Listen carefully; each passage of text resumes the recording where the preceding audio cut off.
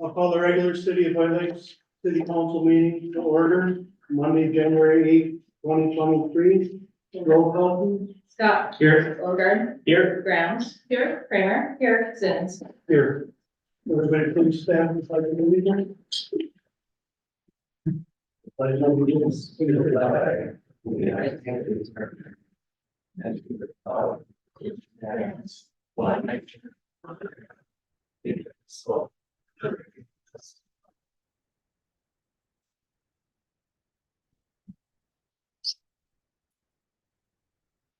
So next item is consent agenda. Has everybody had a chance to look at that? So, is there a motion to approve? Make that motion. Motion made by Councilor Kramer, is there support? I'll support. Support by Councilor Borgard, any further discussion? All those in favor? Aye. Opposed? Motion carries.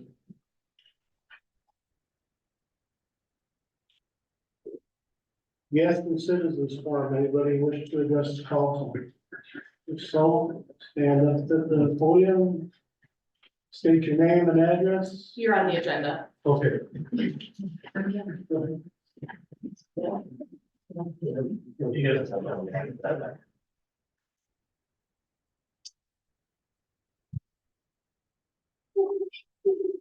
My name is Lawrence Thompson. I live at 332 Kent Road.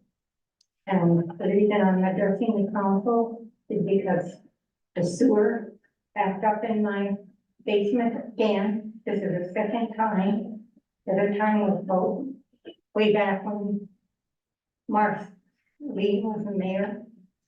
And I met Jake on the street and I told him, and he said, if it's in our line, we'll take care of it. And I said, okay, because I called Reuter said it was in city's line. And I would just hope that the city would consider paying just for Reuter. It's costing me $3,000 to have my basement cleaned. And I lost everything in it, my carpeting, my chairs, everything has to go to the dump, which I won't be able to replace. And I just brought it to, and I got a letter saying they wouldn't cover it. And I just think that's unfair because they were covering the sewer up until this time. And if they want to change that plan, I think that it should be brought before the city council and say, starting January 1st, we will no longer do this for the people of this community. But until then, until that rule is changed, I feel like I'm discriminated against. So just to give you an example, sewer line backed up into my basement also. They put a camera down there and determined at that time with the camera that it wasn't in the cities. It was, I had tree roots about 3 feet short of going where it was dumped into the city line. So it was on my dime. I had the same thing. I had. Why is it on our dime if it's not? It's past our line. It's not in our line. He sent the camera down there. I had to pay extra to have a camera sent down, and he said it's not in my line, it's in the city. You provided that to Jake or the city? He did provide that to Jake. Historically, that does get paid, I believe. Yeah, It's in the city's. If it's in the city's line, normally the city covers. right. And that's what Jake got. So who did you get the denial from? The, I don't know. Jake told me, I mean, Tony told me, the city refused to pay. Tony from Rotor. Virginia, Well, why don't you let us get a chance to discuss this with Jay? And we will get back to you. What is the total bill from Rotor? just from Rotor, is, I think, $340.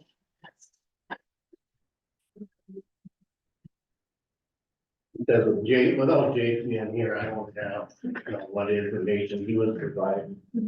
Well, on the street, all I'm saying is, when I met him on the street, he said the city will take care of it. And he told Virginia the same thing. So, We'll look into it. And okay, get back to you. all right, I'll also say that anybody that's having slow sewer lines, there is a chemical packet that people can put in their toilets. I had no indication whatsoever that anything was gonna happen. My toilet wasn't, nothing. It just came home one day and walked down the basement and flooded with water. I just want to share the information that there is a chemical available that you can pick up at City Hall here. If you put in your toilets overnight and flush it, and it's supposed to help remove some of the vegetation that grows in the lines. So, That's Is my that line. free? yes. You just come here and pick it up. Yeah, Okay, it's for so mostly for tree runs. Yep. you'll get back, Design. you'll get back. Yes. Thank you. And I can wait. Yes. Anybody else wish? Bob?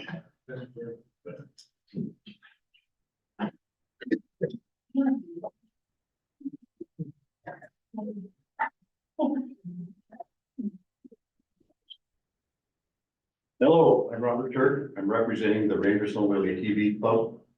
I would like to thank the mayor, the city council, city attorney, and the city administrator for all the help in procuring the flow building for the Rangers Snowmobile Club. It's going to be greatly appreciated. It's going to be a big addition to us. I'd also like to thank Stuart for doing all the legwork and funding and grants and matching grants from the IEEE. He does a lot for us, and we got a lot going on, and I'd like to give a special thanks to Becky Lammy for taking care of all the administrative parts of all our grants and payments and all that. It's a big job, and she does a great job, we also help us all a lot.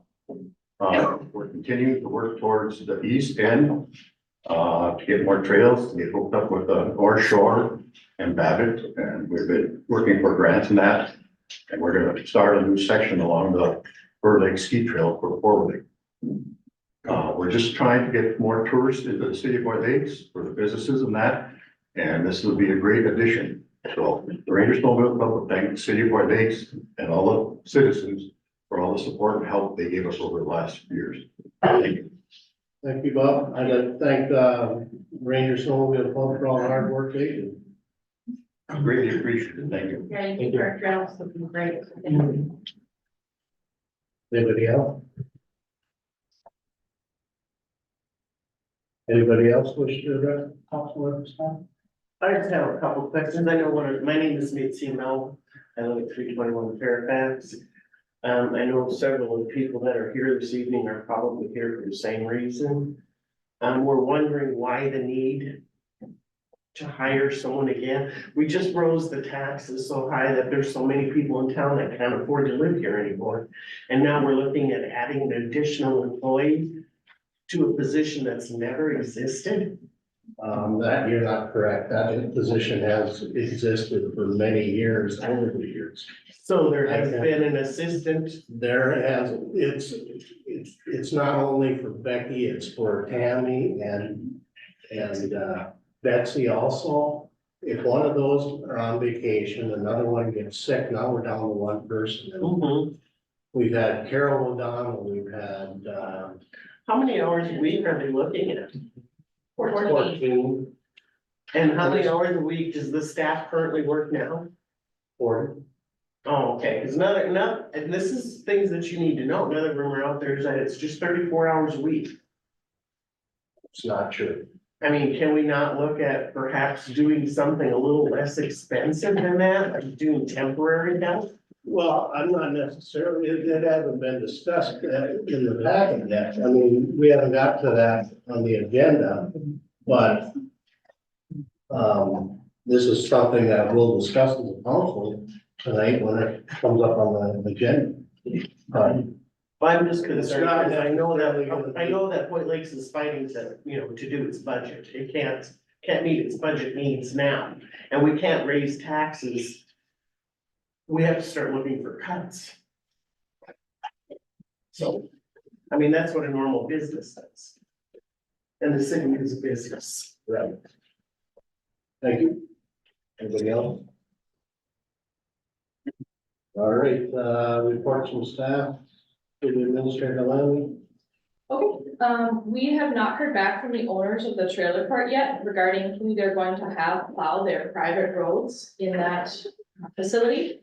It may pose a public safety risk as emergency service vehicles will not be able to access the residents on that private property. I just wanted to bring that to everyone's attention. That's all I have tonight. Thank you. Director, yeah.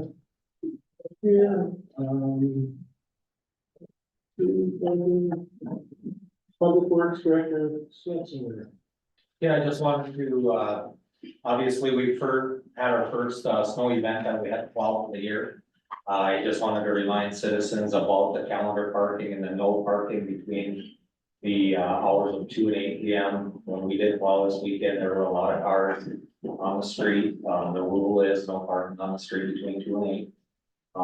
Also, we had an ad in the paper on the sign, on the website, et cetera, about please remove items from the boulevard. We are obviously having a low snow year, but, I understand the concept of putting out an old chair and maybe somebody else will want it and come along. However, if those items get buried in the snow and we do have to run our snow blower down the boulevards as we do sometimes in the winter, if things are hidden in the snowbanks, we can't see them and it does damage everything. So if you have something on your boulevard, please remove it, pull it back up to the other side of the sidewalk.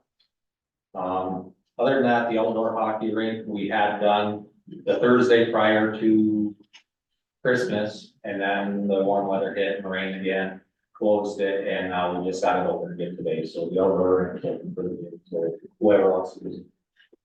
That's all I've got.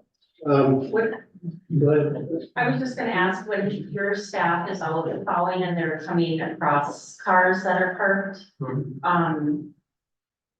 do you guys have like a reporting system to ERPD or what? We don't, Okay. generally, our It's PD's mostly- on duty 24/7, They're just so checking we, them or they neighbors do. are reporting? yeah. Okay, And then, we do and can plow around them, and then when we go back by with the sander, sometimes they're gone, and then we'll clean up that windrow snow around them and whatever, but.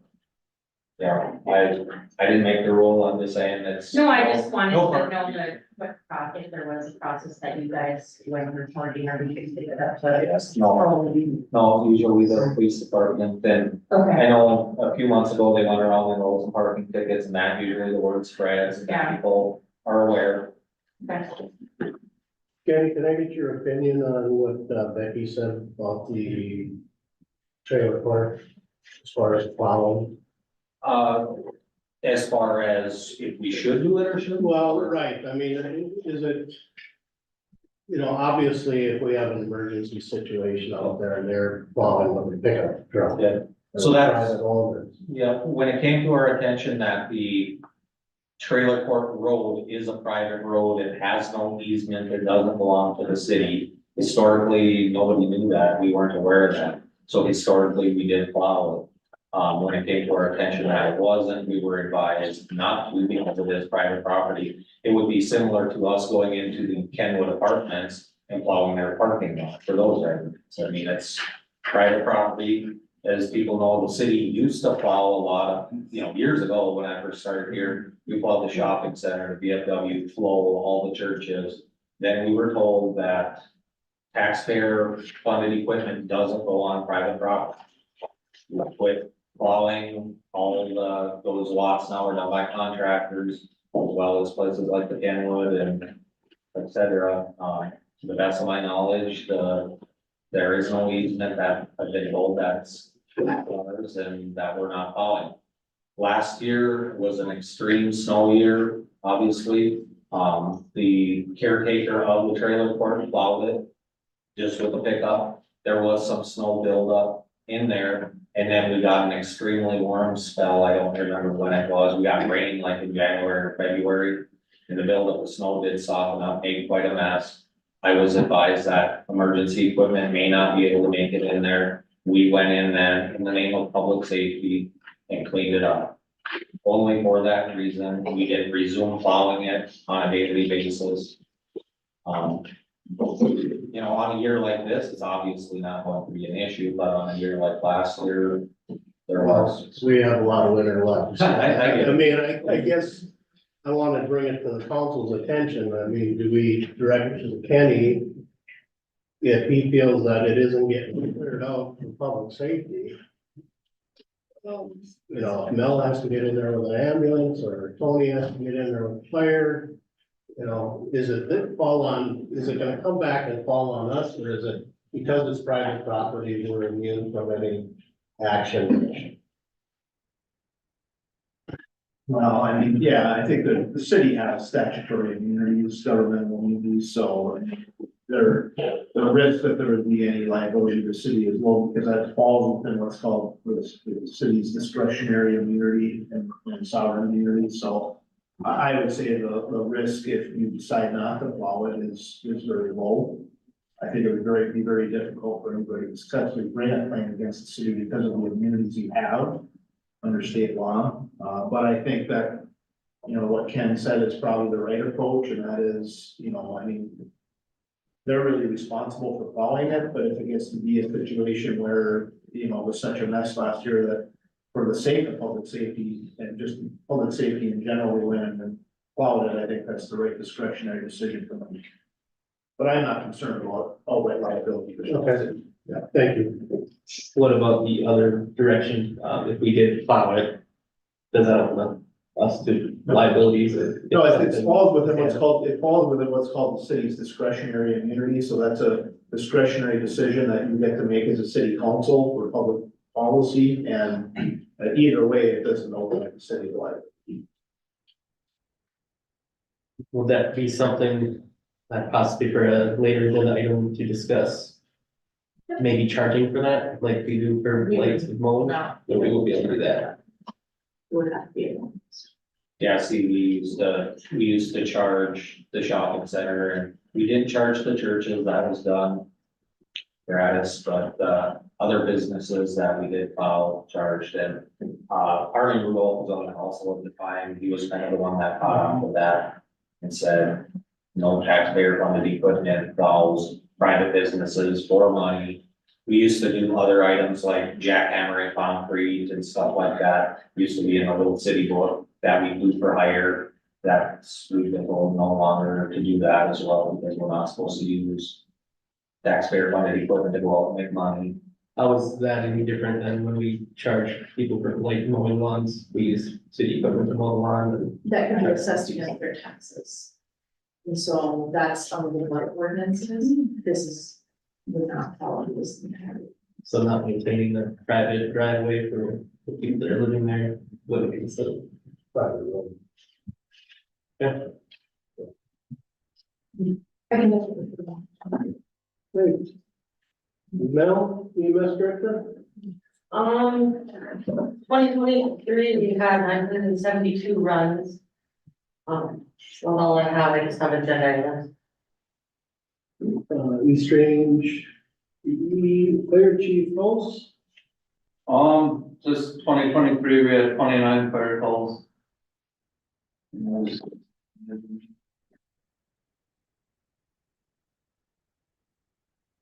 City Attorney Grunfeld? Nothing from the mayor. Report from elected officials, Counselor Kramer, Nothing tonight, Mayor. Counselor Grams. Just a couple things I wanted to try to clear up from some of the posts that were on Facebook. I know people have been talking about a grant writer that, you know, we should hire a grant writer. We do have multiple grant writers. I know we've tried to explain that before, but our administrator, Stuart and I both write grants. We pay the East Range Powers Board $15,000 a year for services for all 4 of the combined cities, and that includes grant writing. So we have 2 different grant writers at the Joint Powers Board, plus they are affiliated with Northspan Group, consultants out of Duluth, and they reach out and give us not only statewide, but local different grant opportunities. So we do have multiple grant writers, some paid, some not paid, that have been writing grants. A lot of those are project-based, so you have to have a project in mind, and you have to have all your timelines and your budget and everything already presented when you apply for those grants, and they are mostly matching grants. So while some people might not seem like we have a lot of grants coming in, we do have them, but there are a lot of stipulations with them, so just to try to get that information out there. I also noticed one from Andrea Carr saying that I contacted her, because I didn't like being called an idiot on the Facebook page, which is true, I did contact her and say I didn't appreciate that, but I also told her that I do need to hear public opinion and their concerns, and provided her my email address, and I have not heard from her. But in no way did I ever admit to being the anonymous member, and I made copies of those communications. As she said, she had some screenshots, so they're there if anyone wants to see them. And to apologize for the council or the mayor or any city workers who may have been told they were making threatening posts on Facebook. I also requested that the petition page not use our City of Wood Lakes logo. Again, copies about communication, there was no threat, there was no request to take it down at all. It just said I personally did not feel that we should be using our city logo for that purpose. But if anyone wants to look at any of those, they're here for you. And anything else is in the agenda items. Thank you, Sherry. Thank you, Wilbur. Just have a statement that I'd like to read. I haven't had a lot of time to work on it, so I apologize, but there's been a number of posts on Facebook recently regarding city functions and employees. While some of these posts may be true, others are missing additional information, false or misleading. While Facebook is a great tool for bringing communities together, I don't believe the recent conversations are productive. Many of the statements made are hurtful to the employees specified in the comments, but also to other city employees.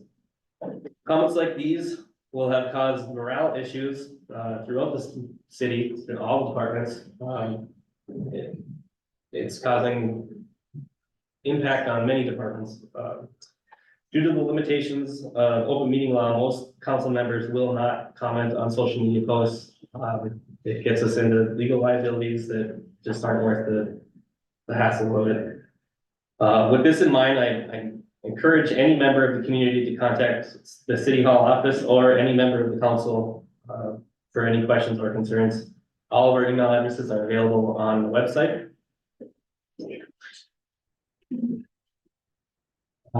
Again, please consider contacting one of us with your issues or questions before resorting to social media. Perhaps we can get the correct information out there before it snowballs. As a member of the council, I would like to hear about complaints against any city employee. There is a process that should be followed for these complaints. I encourage any resident with a complaint against an employee to complete the complaint concern form, which is available at the City Hall office and can be made available digitally if requested. These forms must be complete, including name, address, and signature. Incomplete forms will not be processed. There's no way to verify the information without this information on there. Forms can be submitted at a box at City Hall. All forms will be processed, and employee complaints will be reviewed by the Personnel Committee or legal counsel as needed, depending on the type of complaint. This form is the first step in addressing any problem with city actions or employees. While you're filling these forms out, please try to keep in mind the point of the forms. The goal is to improve the services of the city, not to attack any one person or group or department. Include details of what was said or done on what date. Explain how you thought the interaction should have gone and what the person could have done better. I think this is a great way to start addressing some of the issues and trying to move forward on. A great way is to discuss it now openly with the people that are here. This is an open format. This is a public meeting. And I know there's state regulations, but you know that there's so much controversy. It's an us versus them. Say something. Say something to the people that are here. Unfortunately, don't have any form, or I have not witnessed it personally, so I cannot comment on it. Really, It's all hearsay of me reading comments on Facebook, and that is not there's accurate. nothing hearsay. There are facts that are being put out there. There are emails that are being corresponded with community members and nobody addresses it. And This is a public format. This is where we should discuss it. I encourage, Instead of Facebook, here you go. Here's your opportunity to all of you. We can't discuss when we don't have both sides of the story though, like Steve said, if we fill out the form and We we. just said, we saw all the Facebook posts. We know the community is concerned. So here's the concerned You cannot community, use social address it. media as a factual basis when people don't have their names or they don't have the facts on there, but this form. Social media is the best Would have all the outlet information. for a community to address their concerns. That is the only outlet that we have. Not the only outlet, there are many other outlets. Everything is silenced. We are all No one here. wants to silence anyone, I want to hear your comments, and that is Why exactly what I told you. remove? It's not I even an didn't, I'm issue. not on page. The issue are the Diane? issue is the issue. I'm leaving. I already We know. asked, I I asked. already to get know. into the I'm meeting. out. If anybody wanted to speak or. And I did, and And you never got up. well, I did now, and this is an open, public. meeting. Exactly, and you had Hear the every chance in the people, hear world. them, hear the people.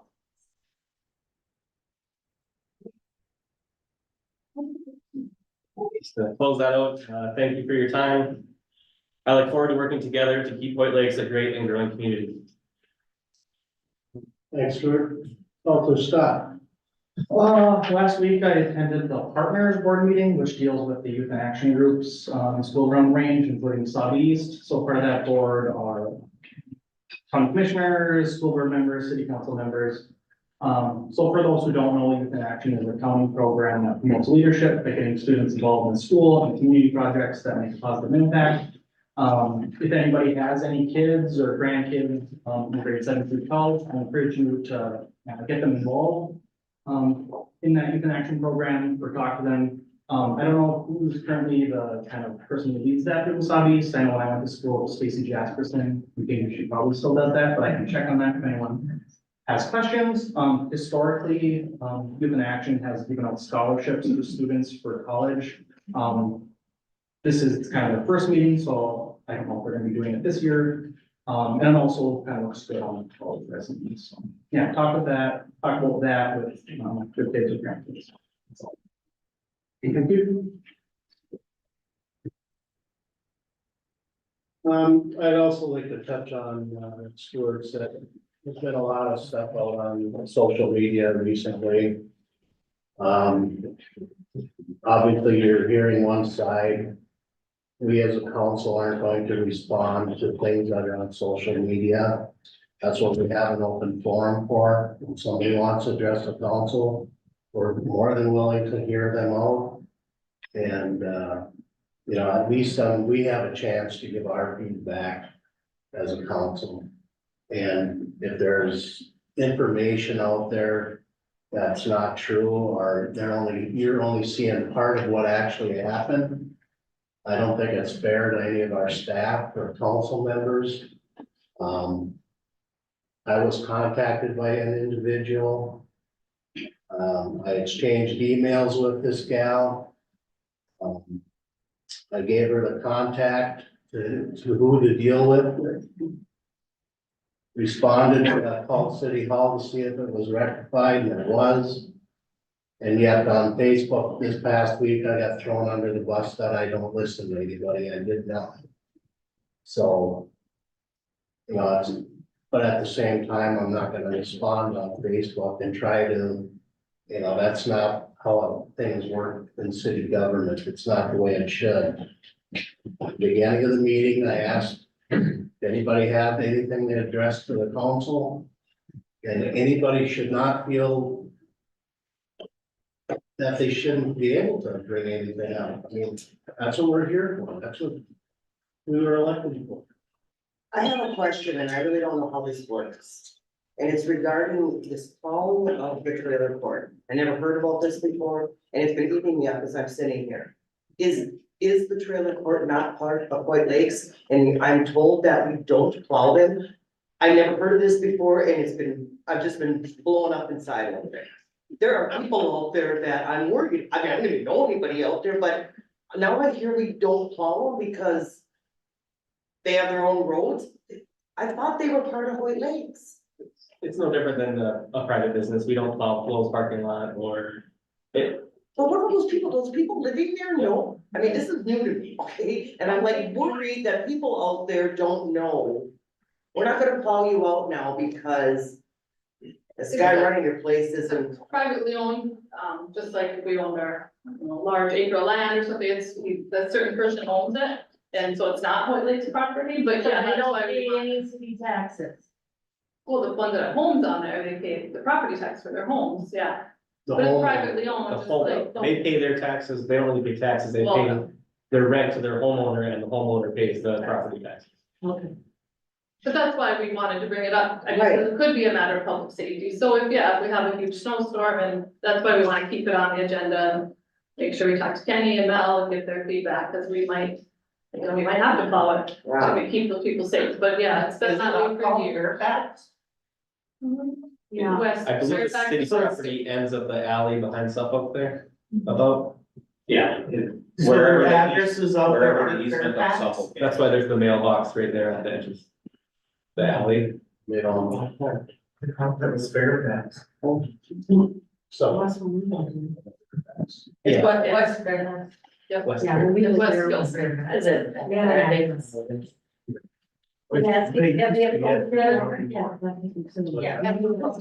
Numerous times. Okay, and so it's taking care of them. He didn't respond, but the caretaker at the trailer court obviously understood because they started following themselves or we did.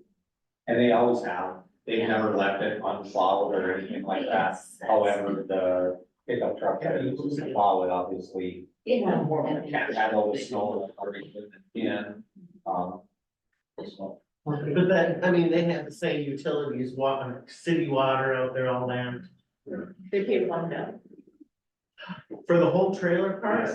The owner. But all their infrastructure underneath the road is theirs Is to theirs. maintain. The city doesn't maintain. Has that changed, or, cause I know my brother many years ago lived out there for like a month or two. Yeah, it has changed over the years when it was determined that it wasn't the city's property, it was, we didn't have it either.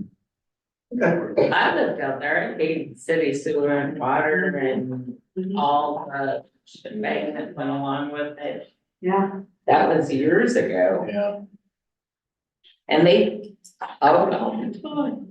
When the last person purchased it, maybe. That may have changed then. So when you ask people to come up and speak, like when, before you start to close the meeting, they don't know what you're gonna discuss, like, I don't know how you're gonna discuss the extra person that you're gonna hire, I don't even know what to ask you yet until you start discussing it, and then I would have questions, but that's too late. And then that's when you told me that I shouldn't. Because I had to do it discuss beforehand, but I don't know what I wanna ask you, because you haven't discussed it. Sure. So isn't that why we built the agenda online now? But you're still not discussing it amongst you for me to say, I agree, I don't agree, can you clarify that, because that time has passed. So. I mean, I still listen to the people, when they're up there talking, I still listen to their feedbacks when we get to it on the agenda item, I keep in mind, what people have said already. That's part of my decision, none of these items on the agenda have been decided on, that's why they're on the agenda. So, yeah, if you get up and speak, we can take that into consideration when we get to that point on the agenda. And use that when we decide whatever it is we're deciding. But the point was, is that she doesn't know what to ask, and she doesn't know what you're even gonna talk about. Right. It's on the agenda that. Yeah, just. Well, it Yeah. says that you're gonna hire all- I'll say on that specific topic, we haven't discussed it yet, we will discuss it. We may decide to post for the position, but I don't know if we would decide tonight that we would hire that position, so. That would come at another meeting later, that whatever the discussion is, you may be able to take those notes and come to the next meeting and state your concerns then, before the person is The actually hired. concern is still the same, we don't have any money. And that's why we haven't even discussed it yet as council, so this is the very first time, so we won't be making any decision now, this is for us to read, consider, bring back for a vote if we decide. And I don't know if it's appropriate, so just tell me to hush, but has anybody done a time management survey on? I believe our city people work very hard, and I'm very supportive. But I also know when I ran time management surveys, it became very apparent that maybe people needed to step up and do more, and when their wages were at risk, they figured out really quick that they could get more done than they were doing. Based on if I hire somebody, I have to pay that person Out of your budget. out of my budget, and that's gonna cost us more money, which means maybe it's gonna cut, you know, I'm just saying, time management. And time management is a tool that I use too before we ever made decisions to hire was you look at what they're doing and you see if there's, because a lot of times people don't realize that things that they're tending to may not be as important as things they should be tending to. And I don't know what, Becky, respectfully, Becky, I don't know Yeah. what your job description is. I've never, I suppose it's posted someplace where I could read it, but as well as, and believe me, you have two amazing young ladies working for you, because they both work for me. And I'm just saying, if there was a job to get done, it got done. And so now we're talking about hiring.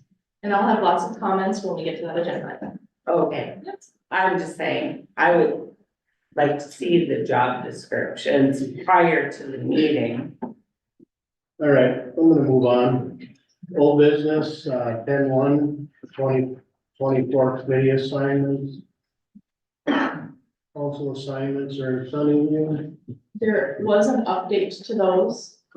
Brandon requested to be on a couple more committees, and so those changes were made as I discussed with Stuart and the committees that they were looking to develop. So the updated assignments are in front of you for approval.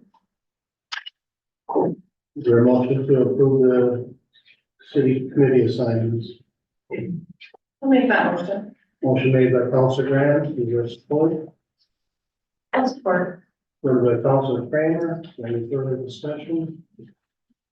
All those in favor? Aye. Opposed? Motion carries.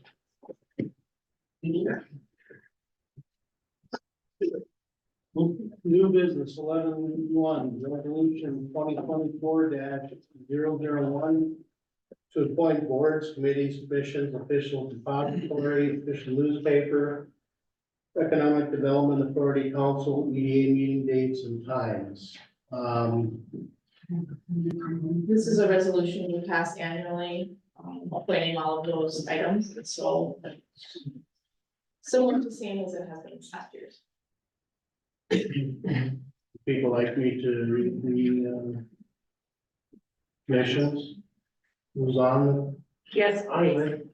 Okay, so. Whereas the city of Hoyle Lakes completes a city reorganization, the first meeting in January, now therefore be resolved, the city council of the city of Hoyle Lakes, Minnesota makes the following appointments relative to the 2024 city reorganization. The cable TV commission is Ralph DeGraio, Kathy Patchen. All terms expiring 12/31/2024. Cemetery committee is Jan Butsky, Bob Ross, Debbie Savati, Mary Stadola, Ken Snetzinger. All terms expiring on 12/31/2024. Golf commission, Dan Darbo, Pete Sandig, J.R. Kopp, Gene Mackey, Wade West. All terms expiring 12/31/2026. The Library Board, Sandy Nemeth.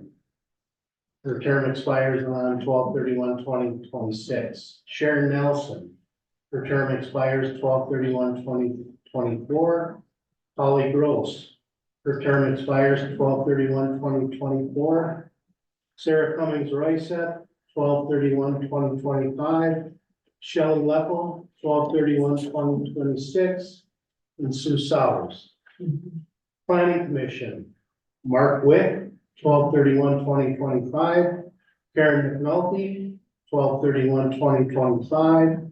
Bob Turk, 12/31/2026. Jim Armstrong, 12/31/2026. Robert Lesno, 12/31/2026. Matt Royce. Official depository for city funds is First National Bank of Gilbert, White Lakes Branch. Raymond James and Associates. Official news city newspaper is the Wasabi Tribune. White Lakes Economic Development Authority is Chairman David Zins, Commissioners Deb Kramer, Sherry Grams, Stuart Beauregard, and Brandon Scott, Administrator Becky Landy. Signatories, elected David Zins, alternate Sherry Grams, Administrator Becky Landy. 2024 regular city council meetings typically held on the second and fourth Monday unless changed due to a holiday. And they're all at 5:30 p.m. I think there's like 4, 1, 2, 3. May 28th will be on a Tuesday, October 15th will be on a Tuesday, and November 12th will be on a Tuesday. All other meetings are scheduled for the month. 2024 regular EDA meetings typically held the fourth Monday unless changed due to a holiday, immediately following the regular city council meeting. Meeting may not convene if no business is required with the EDA. So I'd like a motion to adopt Clear Lake City Council Resolution 2024-001. Only motion. Brandon? Yep. Motion made by Scott, supported by Beauregard. Is there any further discussion? All those in To favor? ask, these committees are also in the new book that'll come out for 24, right? They're listed, okay. Anybody else? All those in favor, signify by aye. Aye. Opposed? Motion carried. 11-2, LG 5555, government approval acknowledgement for use of gambling funds. So the VFW donated $2,000 for the Ranger ATV Club. And so the city is a pass through for these dollars, so we will issue a check to the Ranger Club. We need a motion on this? Yep. Okay, is there a motion to approve? I'll make that happen. Motion made by Counselor Kramer, is there support? I'll support that. Support by Counselor Scott. Is there any further discussion? All those in favor? Aye. Opposed? Motion carries. 11-3, NM5M project presentation. Hi, is there a time that you prefer? Preferably 10 minutes. Okay, that's what I figured, just want to make sure. My name is Dave Mello. I'm the founder of Minnesota Innovates. We're a nonprofit that works throughout the state to train entrepreneurs and help educational opportunities around entrepreneurship. I'm also the president of Infinity Robotics. We're a robot integrator. We buy, design, and build robots for basically industry and automating factories, including mines. One of our ultimate goals, well, if you were to walk into our office, you'll see on our wall, it says, change the way we live on and off this planet. It's not an original statement. It's just probably the right thing to do. Our goal is to take automation and help the human condition so that 60 billion people can inhabit our planet at some point and have meaningful, useful lives. One of the ways to do that is to go into outer space and mine and colonize outer space to kind of help humanity. So my ultimate goal with my company is to build mining robots, send them to the moon, Mars, and asteroid belt. As a result, of spending the last 40 years up here on the range, I thought, geez, why do I want to go down to Cape Canaveral and wait for my rocket with my robot on top of it to be launched? I thought, wouldn't it be kind of neat if we could do that out of, say, White Lakes to Babbitt area? So I did a little research. And, well, I met with Space Force. Space Force is the new branch of the military, particularly with protecting the US and outer space. Mentioned this to the different colonels. They brought me to the general. And it turns out White Lakes to Babbitt, Minnesota is the very last place in the US we can launch a rocket from to go to the moon, Mars, or asteroid belt without killing people. Who would have thought with a little bit of research? Well, I'll tell you, it's really read the last 2 years on this. What we've kind of looked at initially with the Metropolitan Airport Commission and the FAA and stuff is they recommended, we maybe start at Taconite Harbor. And we've kind of explored that. We've talked to the owners of Taconite Harbor. There's two. They strongly feel that any of their property that we should do what we want to do and we should take that property from them. All these properties are lightly polluted from the mining activities, so they need some remediation. One company in particular, it's $1 billion liability for two properties we're interested in. So we've kind of spent the last 2 years going around the state talking to all the powers that be. And our federal government and our state legislator has said, just go talk to the people. Because without people calling them and saying, hey, we'd like to see a spaceport in northern Minnesota, they don't want to move. So that's what brings me here tonight with you guys. This is a $30 billion regional opportunity, not just 30 billion to the range, but go out a couple 100 miles, and that's what it's going to mean. They were shocked when I brought this to them, one that we found the very last place. Right now, just so you know, we have Cape Canaveral and Vandenberg to do most of our launches from. Elon Musk has Boca Chica, but the FAA is not giving him unconditional use. There's too many people too close to the launch site to probably let him do what he wants to do. So to put it in perspective, between Cape Canaveral and Vandenberg, they can handle about 500 launches a year. They think they'll need an additional 500 launch windows from that. Are we going to put 500 launches in your back door? No, a lot of those will go to Paraguay and all the other foreign countries that support this. But we are in a unique position to bring these jobs up here. The really cool thing is why Minnesota is so situated is we have Lake Superior to our east. It's basically a fallout zone and it's a place to land the payloads. The one thing I love about this concept, if we're landing mineral payloads into Lake Superior, it's too bad we didn't have processing plants already built in the region to handle the minerals. So this is a way to kind of take mining in this region to a new legacy and continue on beyond once we do finally tap out what's here. And about the time we tap out everything here, it'll be about the time we're at Mars asteroid belt bringing a load of something back. It won't solve our problems, it'll help it. So what we're here tonight is kind of bring it to your attention. This will bring a lot of people to the region as we look from Grand Rapids to Babbitt to White Lakes, kind of out to Taconite Harbor. It could bring in 100 to 300 families into each of those cities. This will, if we're doing 30 billion, it's a lot. So it's a huge opportunity to create new tax bases. One of the things we're asking the state to consider is raising a few fees when we let these people launch from the site. One of them is to support a Native American astronaut university. And it's to encourage Native Americans to come reach out. These are a new type of job in outer space and hopefully motivate and raise up our kids to want to be astronauts with them. Everybody would be involved, but we want to kind of reach out to our Native American cousins and help them kind of rise up individually by having this kind of opportunity in the region. Again, I mentioned the environmental fees to kind of remediate the areas, because right now, as these properties are owned, nothing has to be done to them, bare minimum. We can raise the water standards, we can raise how we do this. For those of you who are wondering what a spaceport is, think of it as a parking lot. It literally is just a concrete spot where they're going to launch a rocket from. Specifically, we are going to be launching rockets to a polar inclination. So we're going to send the rockets up to the North Pole. If you want to go to the moon, Mars, or asteroid belt, you have to leave from a polar inclination to get the zip to get past the moon and get out to Mars. In the past, our space industry has been pretty much putting up satellites with the occasional Lunar Mars probe, which leaves from Cape Canaveral, traverses across the country to go to the North Pole. We are about 3% efficiency difference from being from Cape Canaveral to go to this polar thing, and we are 2 degrees south where the Russians have launched every rocket they've ever owned. So regionally, it can be done. I was shocked. But what we're finding over the last 2 years is without citizens rising up and saying, hey, we want to see these jobs come to the range, we want to see alternate positions in the range, this isn't gonna happen.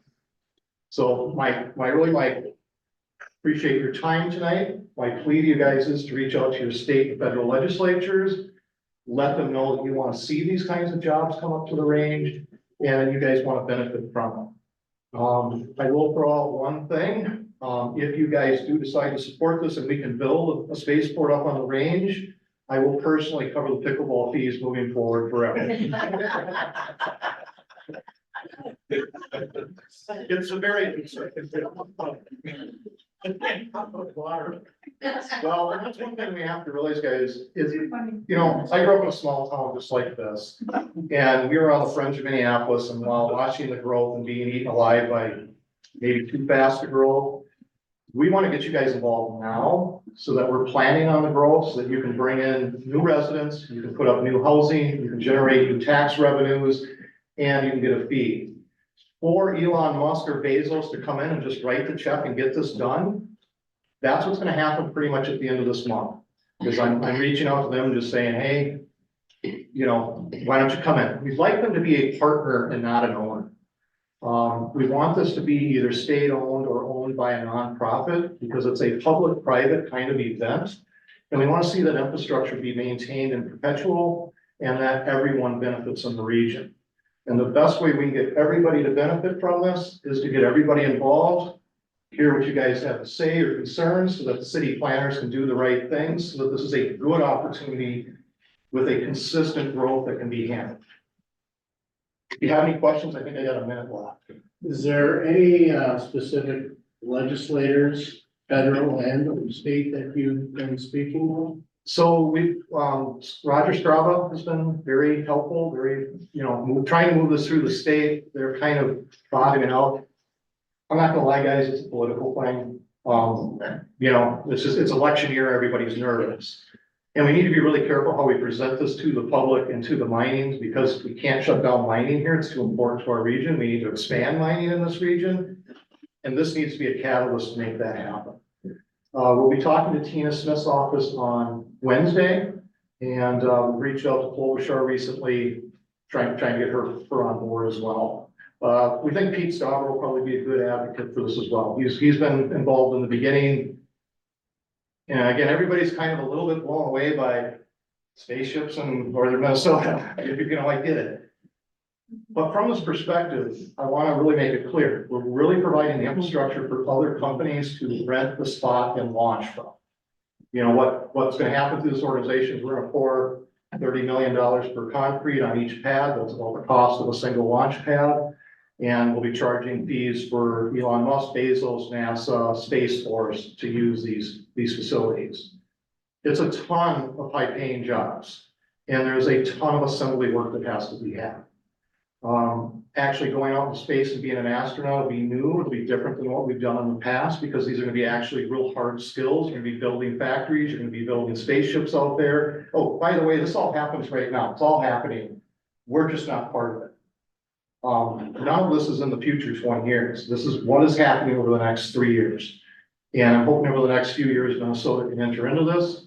I will be at SpaceCom down in Orlando. There are 25 spaceports going into the US over the next, few years. 24 of those 25, there are plans to launch a rocket horizontally towards the city and hope that the rocket doesn't hit the skyscrapers before it goes into outer space. We are the only other one, other than Cape Canaveral, Vandenberg, Boca Chica, we're the only place that can launch rockets big enough to go to the moon, Mars, asteroid belt. None of these other spaceports can do that. If you're looking for a model, Maine just opened up a medium spaceport, so think low Earth orbit and some communication satellites. They've been very successful, but it cannot launch the heavy stuff we want to.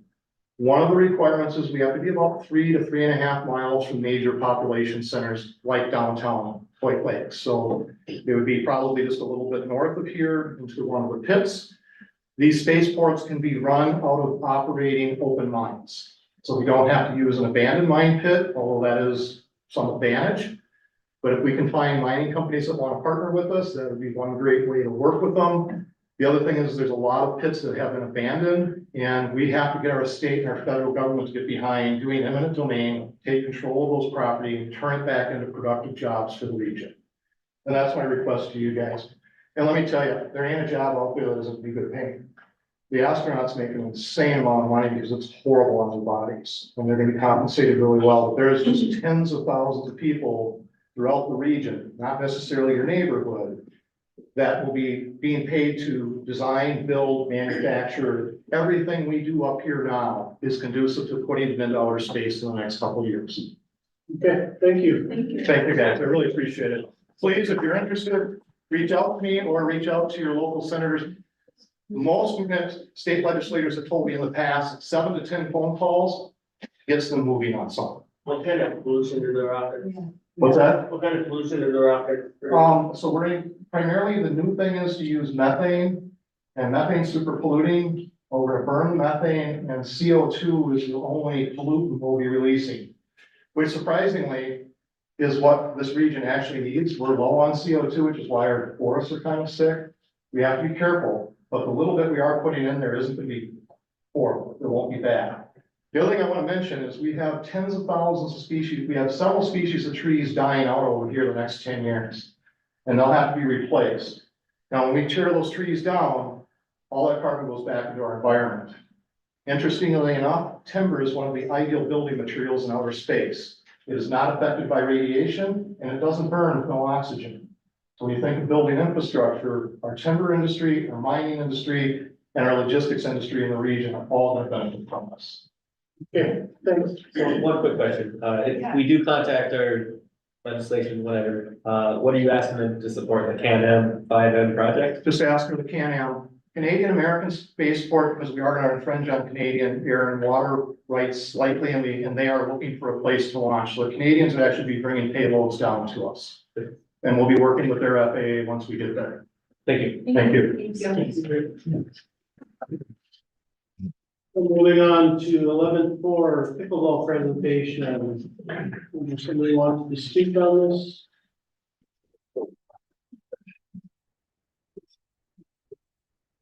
Thanks.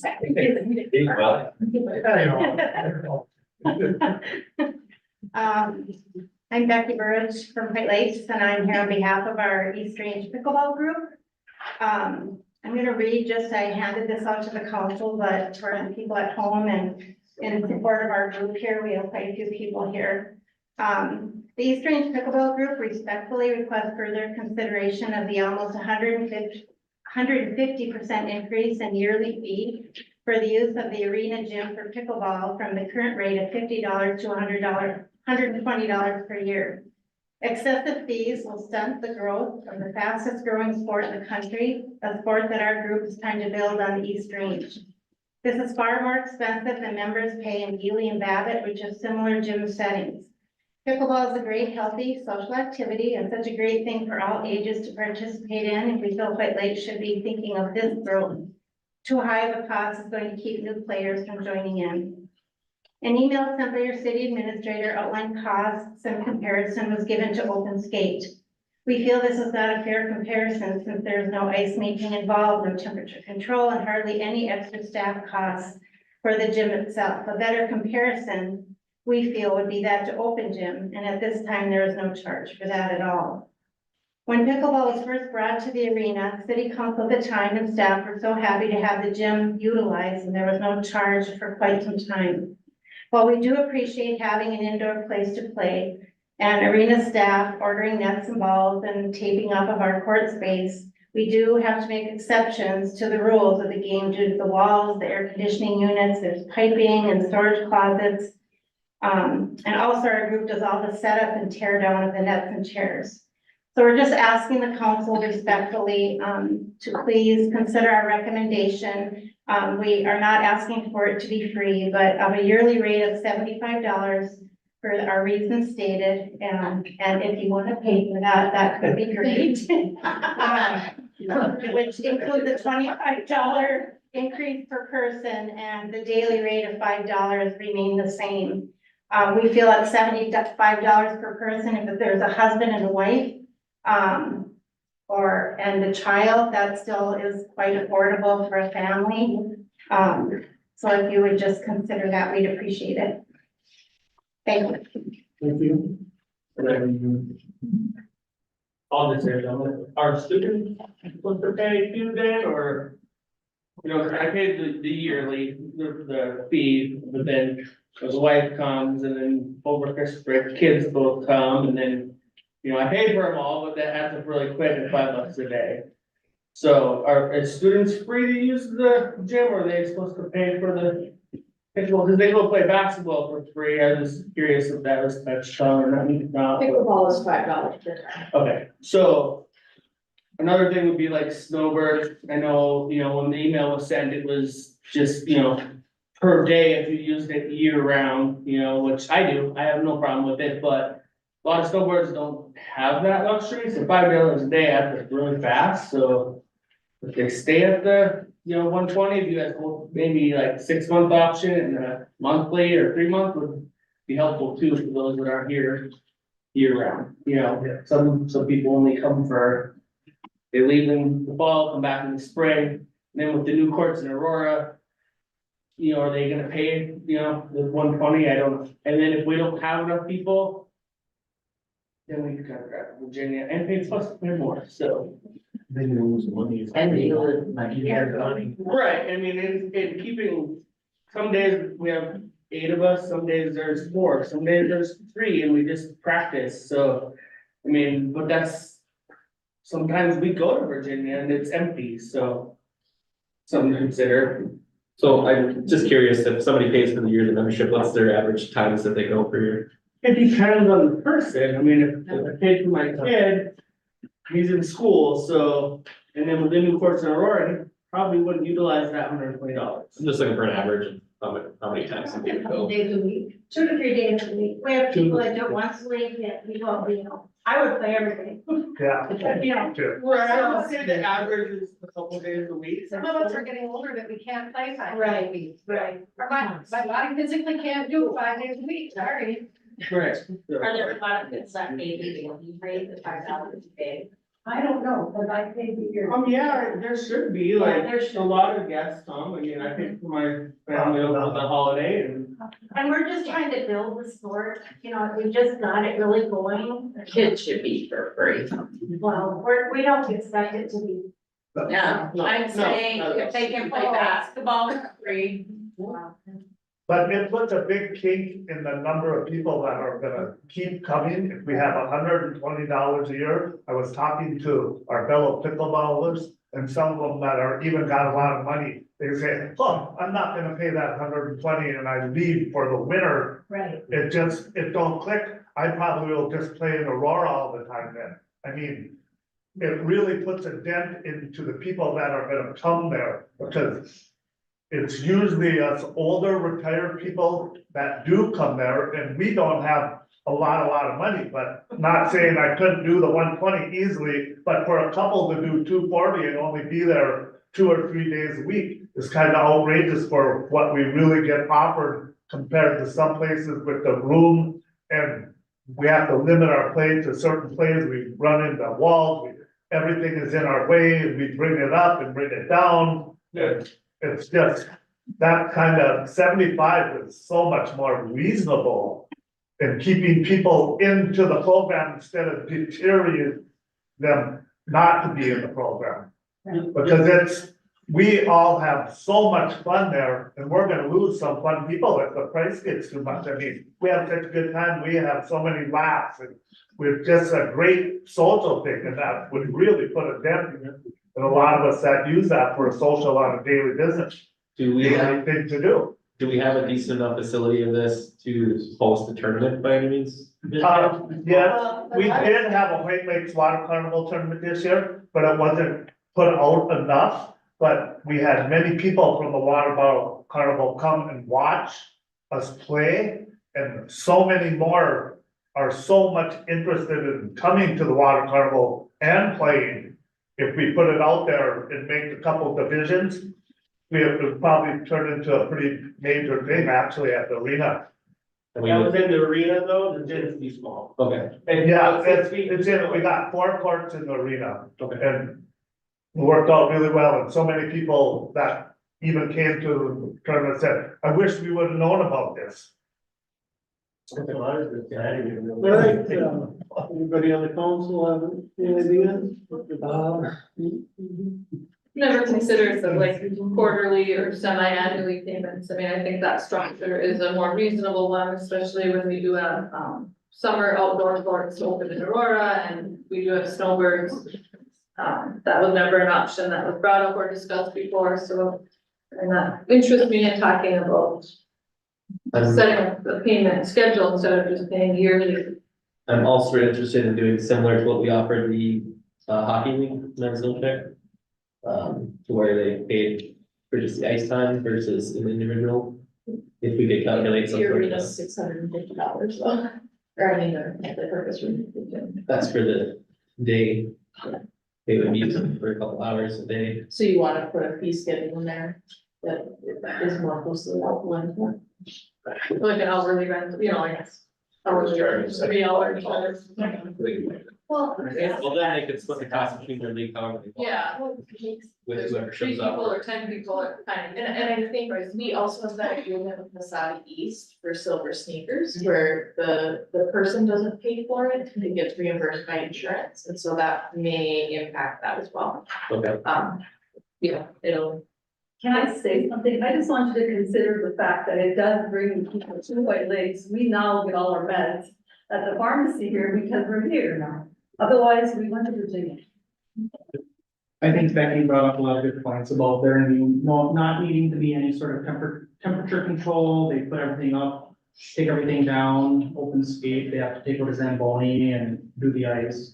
So I think her recommendation is fair, and I don't want to deter people from playing pickleball, so I'd say we just do what Becky's asking. You wanna make that a motion, Brian? You have to pass the new ordinance, so. If you want that to change the amount, it'll have to be a ordinance, so I can get that out there. that get posted. Yeah. And then I'd like it added that students or people under 18, whatever the council agrees to, is free. Thanks, For the low age. Thank you. Yeah, some sort of age limit. thank you. And you know, with the Silver Sneakers program, I belong to a gym in Virginia, I go exercise there. Cause the YMCA shut down, and I don't think that the Silver Sneaker program would have a person paid for at the gym and pay for the pickleball at the same time. And a lot of us people that do play pickleball, they do go to the gym, like especially they utilize the one in Aurora more. But see, so that Silver Sneaker thing was kind of void for some people that are overly zealous in exercise. Right, the agreement is with Wasabi East School, and so the school gym, you can use times playing pickleball, if you're a member of the Wasabi East gym, you can use times playing pickleball as attendance for Okay. that program. Right, but are we wanting to send them on White Lakes? I mean, isn't the idea to bring them here? No, that. It's the gym, it's the gym, going to the Wasabi Fitness Center, it includes. Yeah. So then I would have to change and go to the Aurora gym to make it, but I'm more comfortable at any kind of fitness and not any kind of like whatever it is. It's kind of, So let me ask you this, don't get no shower, you don't get no this, that. if we lower the age, for students, what age are we looking at? 16 and under? Three? I just say. I would say I'd say anyone that's still in high school, if they're 18, 17 to 18 and under, because why should a parent have to be dishing their money out and for the kid to have a fun activity? When White Lakes has been known for a family town community for families to do fun things together. It was all my life since I lived here. There really isn't very many students that go, I mean, we Yeah. had a few over There's just a few. Christmas vacation, but No, I just want an idea for. Oh, yeah, I'd say high school age. Some of you don't have their. Oh, yeah, what about the college kids that come home Christmas time. for Christmas time? You know, they're only there for a couple of weeks. Would that really make a difference or not? Or should they just pay their $5 to be done with it? I think maybe that would be all right too, if you consider, you can't go too deep. Well, the other one, the Silver Sneakers, is that we have people playing that are not Silver Sneaker eligible. Yep, there So, are. and again, and the other part of it is it's multi-aged. So that I, at my age, can play with somebody that's 15 years younger than I am, and there's no discrepancy on it. We all play, we all intermingle. It's just a fun way to get together with people and do something physically active. And in my own town, that I don't have to drive 5 miles, 10 miles, 15, 20 miles to go to do that physical activity. I can do it right here and utilize my arena that I have worked at and lived at and been here for. Are there a large number? Are there a large number of seniors that are playing, like? The 65? From 9 to 1 during the week. Yeah. So that was mostly. So both the Students seniors or- during the school year. Other than Christmas And break. we just started a beginner group too. We don't want to discourage them to go away with the higher pay either.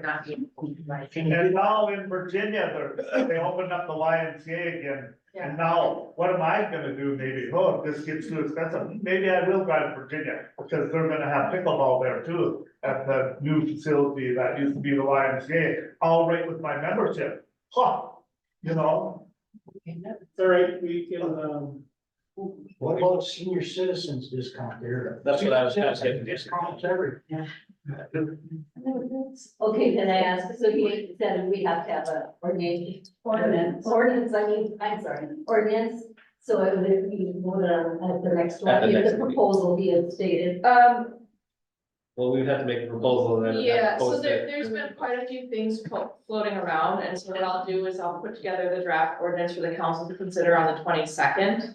At the next regular meeting, they will then discuss it and see if that's something they're willing to do, and then I'll post it for approval at the first meeting in February, just because there's a lot of information here. And so for them to see it and be able to vote on it. So everything that is right now will be on hold until we go through this. Correct. Correct, okay, thank you. Because a lot of us have been putting on hold paying until we find out what's going on here too. That's why I haven't seen any of us paying, otherwise I would already pay. Right. But we're waiting to see what the outcome is. Well, and that's why I was wondering about like how many people pay per day, because if you play 2 days, you pay $5 each time, that's $10 right there for the month. Most of us already have our memberships. That would be $40 a month. If you pay twice a week for 4 weeks. Well, that's what I'm saying, then instead you would do the year-long membership for $120 for just $10 a month versus paying $5 every single time you go in a month.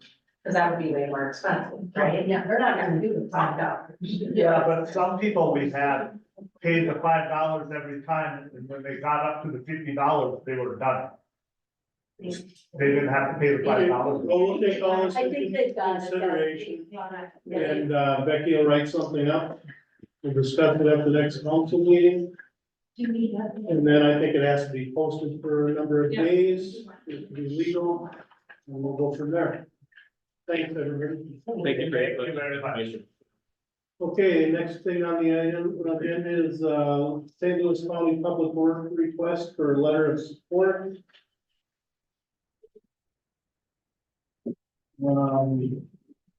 Garrett Holstrom from St. Louis County requested a letter of support for them redoing Kennedy Memorial Drive. And so if the council approves this letter, we will sign it and get it over to them. And this is for sidewalk and, Sidewalks, curb, gutters, storm sewer. yeah, ADA approved improvements along Colony State Highway 110.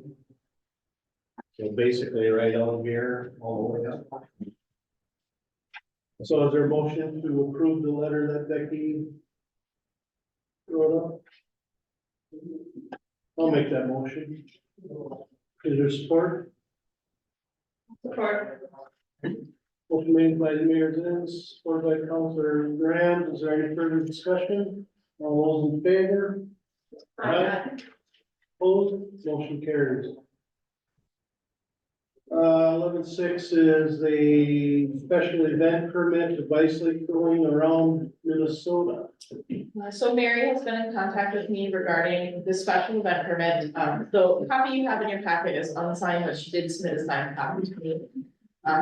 This is an event that will take place in August. It's expected to bring between 300 to 350 bicycles to our area. She is requesting about an acre of space to camp in, but has not yet identified exactly where that would be. She's thinking the arena parking lot, but the gravel may not work out for her. And so if that's the case, it would be over in, by the lighted field. I know she is working with the Chamber of Commerce regarding some additional things, regarding the bands, that kind of stuff, but she has everything in order for her special event permits.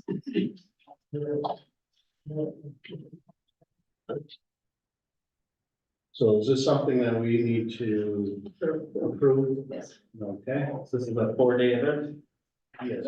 And it's really But only it's one day Wednesday, in talking only Wednesday that the event actually, if they come into town Wednesday night, they wanna have like a beer garden and music, and then they camp for that night, and then they leave, they pack up all their camping and they leave for their bike ride. And they return Sunday to pick up their vehicles and have a little, I think she said there's maybe like a little awards thing, they do so they broke your floats last time, so it's really just Wednesday night, and then they leave Thursday.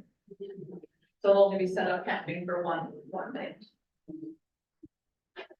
All right, is there a motion to approve? I think any reason to get our city on the map as much as possible is a good thing, so I support this. You making the motion? Make that motion. Motion made by Councilor Borgard, is there support? Also for Supported by Councilor Kramer.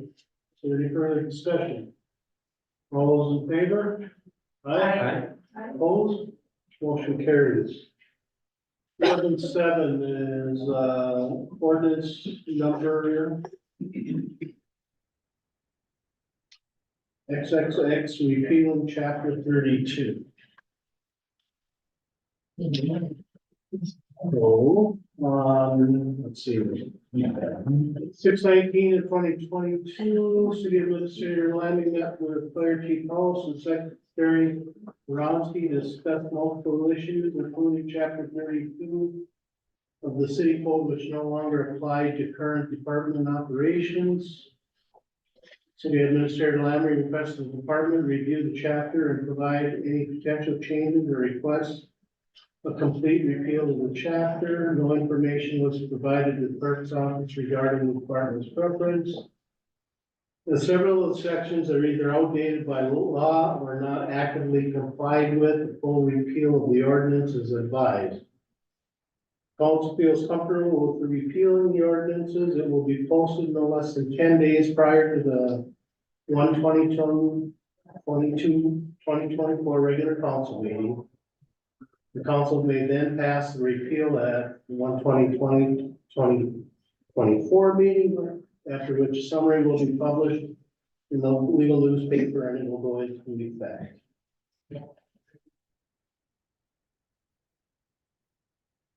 So I feel with this that they should give us some reasonable time to go over these and repeal them ordinances. Take the ones out that aren't fitting, rewrite the ones that are. And then go over that, instead of just completely absolving it. so 6 months. I just brought to my attention now. We just don't want, it says to be administered, so that means you can take something and they can completely keep changing it. Let's make it an ordinance like it has been for 67 years, put update the terminology and the wordage. And then go from there, common ground between everybody, department, city council. Instead of just throwing it out the window. Can we maybe agree on a date we could have this in by? Yeah, I mean, it's just a matter of getting the people together, say, we get together as a department, or whoever said, come up with, you tell us which ones you don't like, obviously the one about the promoting the officers is discriminatory. So we can rewrite that, the verbiage on that and everything else, and the term limits and the years of service to being officers. Submit our draft to you guys, sit down or whatever, and come to the conclusion of what would work. Instead of just throwing out the whole section 32. Do we have to have an ordinance? No, Like as far as like the job descriptions, all that, where does that fall under? but it's all administrative. No other city department has it. They are positions with the city, just as every other position, so they're defined by the city hall offices.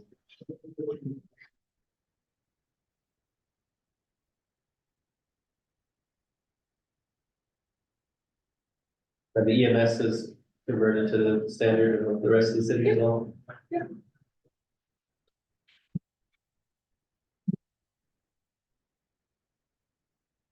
So the concern is that with the policies and Procedures, but, you know, the definitions keep changing, is that the concern from the fire hall? I'm just saying, like, why are we absolving the whole section 32 of the fire department? Because most of it is outdated, it's not being followed. There's a lot of things in here that are no longer done.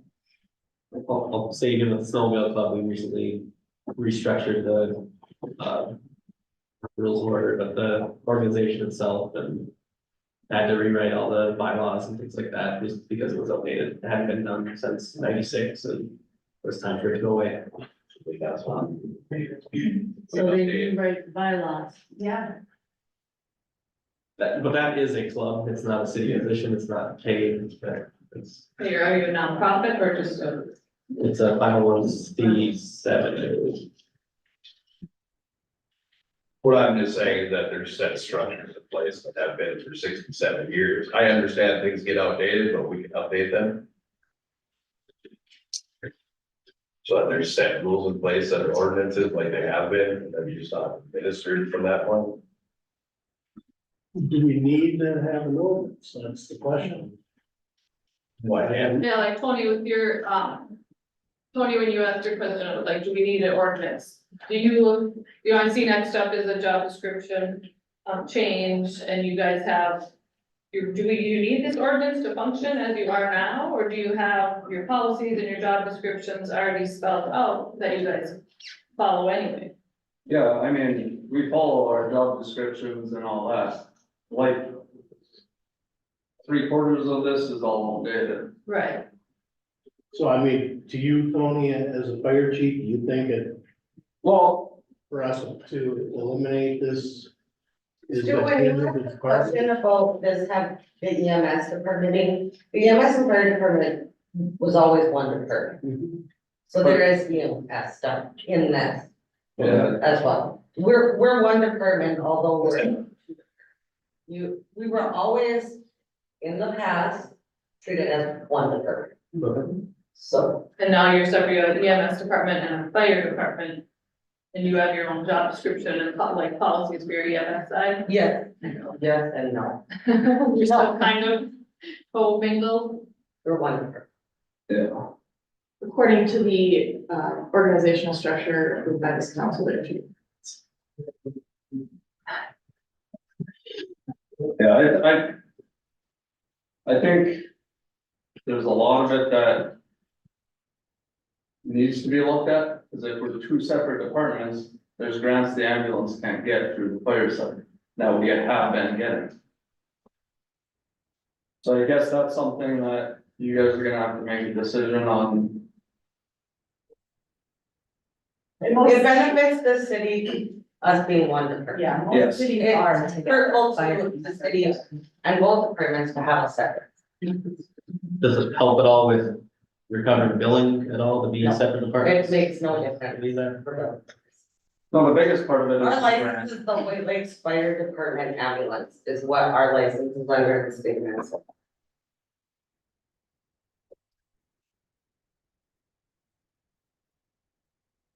Mitch, do you have any thoughts on Council discretion, either way we go?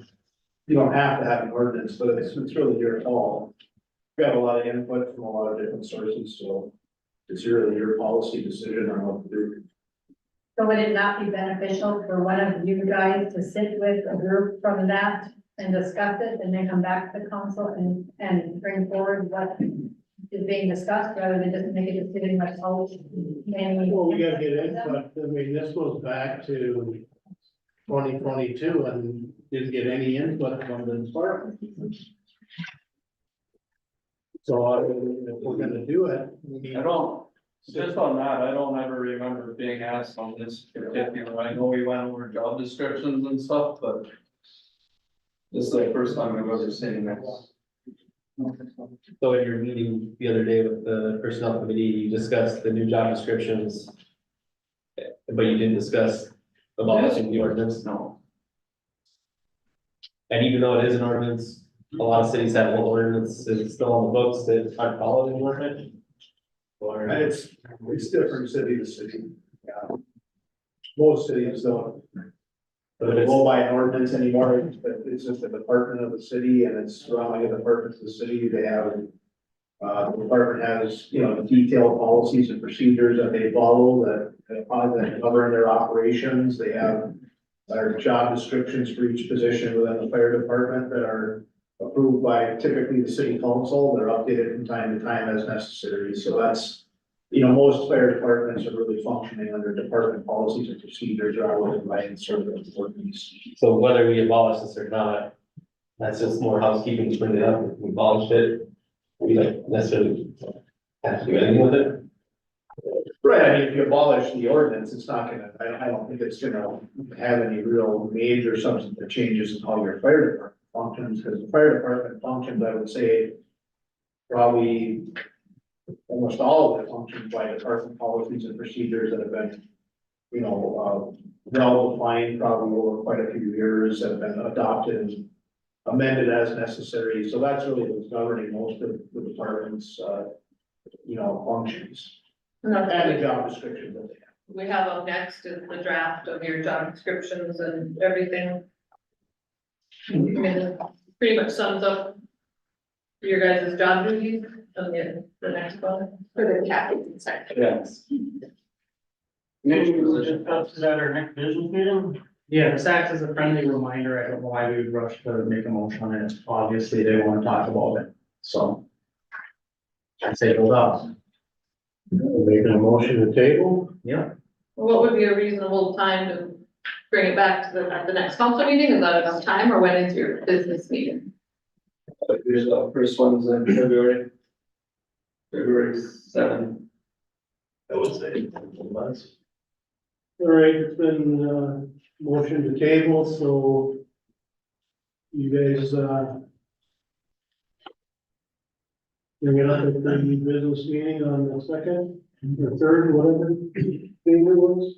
Seventh, okay. All right, moving on, 11.8, update to the fire department secretary and captain job descriptions. Chief House requested a change in years of service required for officer positions. The personnel committee recommends changing the years of service requirement from 3.5 years to 2 years for secretary and captain. Is there a motion to approve? Can you tell me about this with Tony? Yes. This is always approved. Recommended. Yes. I'll make that one. Motion made by Counselor Kramer, is there support? I'll support. Supported by Counselor Beauregard, is there any further discussion? All those in favor? Aye. Opposed? Motion carries.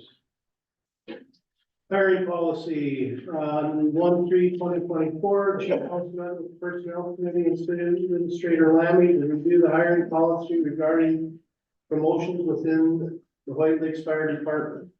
It was agreed that promotional interviews should take place by a panel including Personnel Committee, City Administrator, Fire Chief, and one of the fire chiefs from Aurora or Palo. Included in this is the updated changes.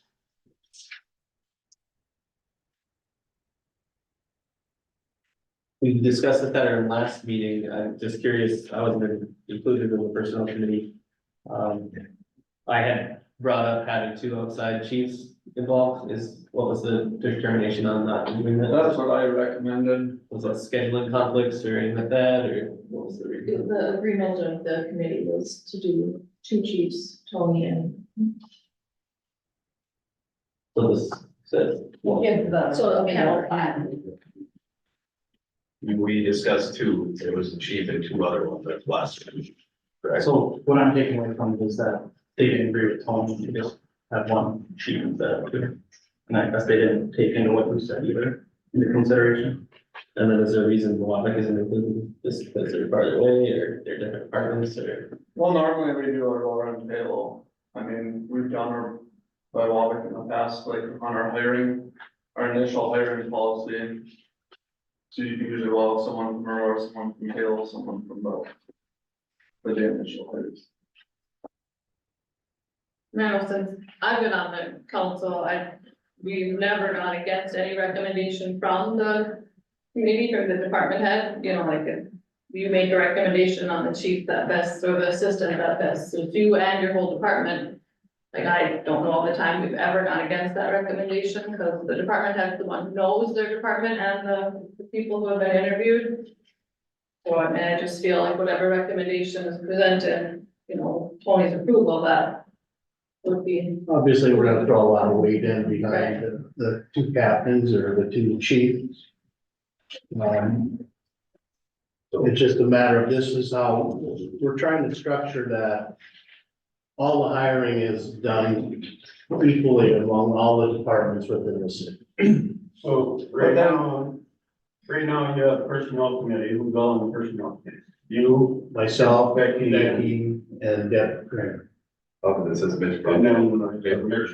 What's that? Says Mitch on the paperwork, As needed. I don't Okay. participate in hiring process. so there's three total at one time.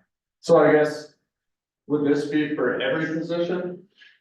Not initial hires. No, but like promotions. Yeah. So like when I retire, you want to have a fire chief also, We'd ask the assistant chiefs, Assistant chief would fill in for any chief. but if they're that's not filled. applying for that position. then it'd go to the captains. Like I was thinking about it this after, like. You know, you have.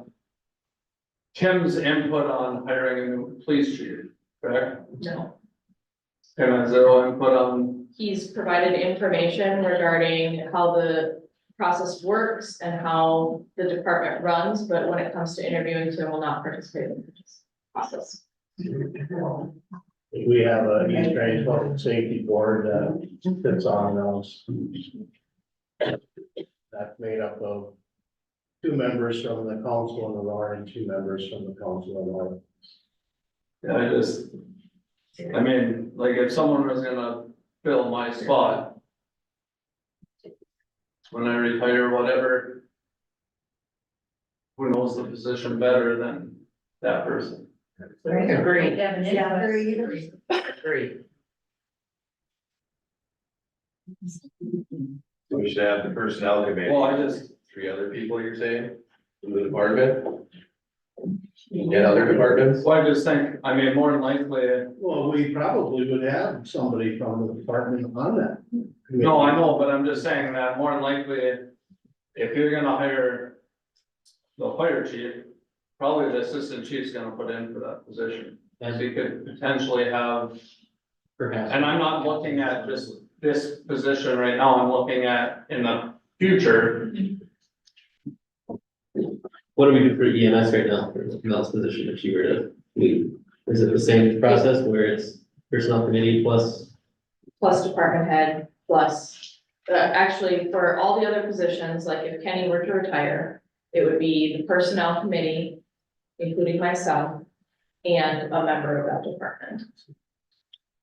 That would not be. Ryan. Oh, we determined. Full council. What's that? I said, when I interviewed, with. Right. Yeah, So and there that's was a- changed since that, I didn't change that. it's more streamlined hiring process. Also, it's difficult, staff is still not enough to do. You might have 30 people applying for a position and you have to try to arrange times for all that, it's pretty difficult. So back to that hiring policy, it was brought up that years of service on a different department, you can do a lateral transfer. On a case-by-case basis, that's how we operate with all of our jobs, yes. So like Dan, he is, a different department, but he's been there 3.5 years. So he can apply for the assistant chief. That would depend on his application, and if the hiring committee accepted that, it was on a case-by-case basis. I have a question about all this. Now you say that we streamlined it to bring it down to 3 people. Choosing on a position that in what I think a fire chief, or head of the chief of police or the head of the EMS is highly important. And what I'm hearing here is that we got a conflict of time, so that's why we took, what I see right now is 6 people and cutting it in half. We also have a town that only has a couple thousand, if not less people. Everybody knows everybody.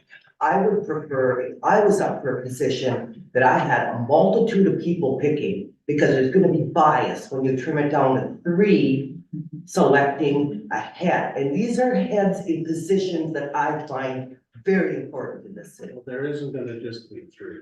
Well, that's what I was just told by Becky, that we streamlined it down to 3. No, there's 3 on the committee, on the personnel. 3 members of the council, myself, Deb Kramer, and the city administrator are on the personnel committee.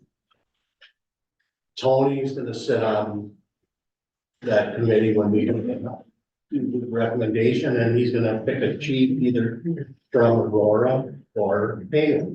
So there'll be 5 of us making that decision. So we're gonna get input from 2 people that are at the top of their level of the department. As far as this type of position goes, I don't think it benefits having all the whole council sit on that interview board, just because I don't have any expertise in firefighting, so what am I gonna add to that? So Does the mayor, That's why we reached for the mayor and chiefs for their input on. but does the mayor, Becky have? No, but we have leadership experience. I have leadership experience, but I don't want to. Make you a firefighter, though. The committee, and fire chiefs, instead of, having the whole council there, we aren't gonna be all that much help to join in with the rest of the council, so we're saying that 2 chiefs. What I had asked for, and then that meeting, I had asked for the chief from Aurora and the chief from Gateway. And Tony. That's great. Yeah, Tony is always. And myself. Yeah.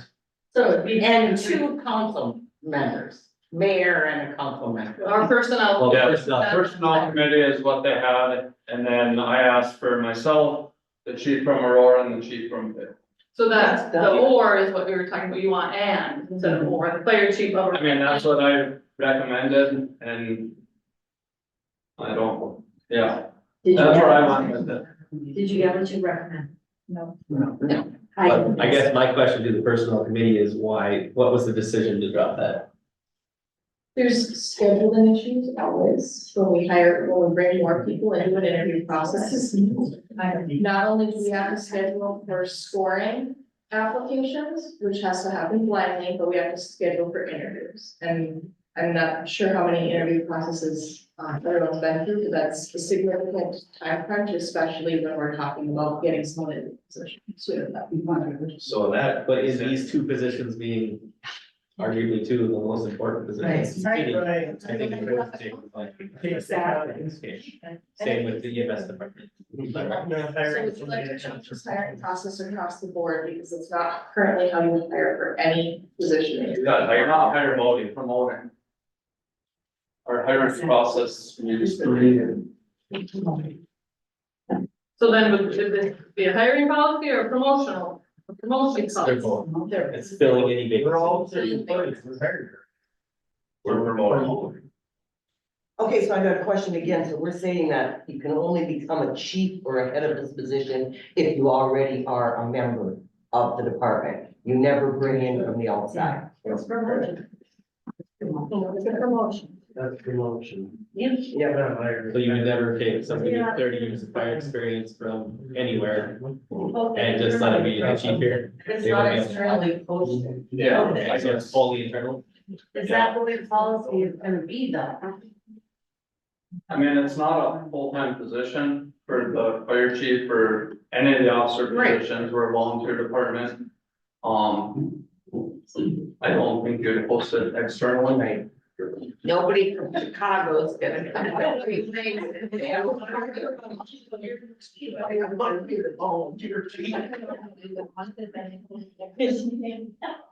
All right, so What it sounds like is that Stu and I agree with Tony, because he's the fire chief and that's what he wants his hand. And I guess that goes up to the decision of the other council members who were elected to make decisions. It's up to you. Stu and I agree with Tony, and do you agree with Tony? Question? And then I don't know if it's stated here, but in any case where it would be the fire chief itself, it would be assistant chiefs or whatever would be stepping into that interview process.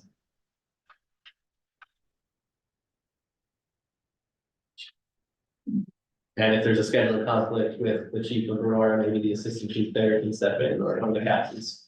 Think about what the fire chiefs will make the time. This is the people who respond to calls, but they're gonna make the time to make sure that they. I haven't let us go yet.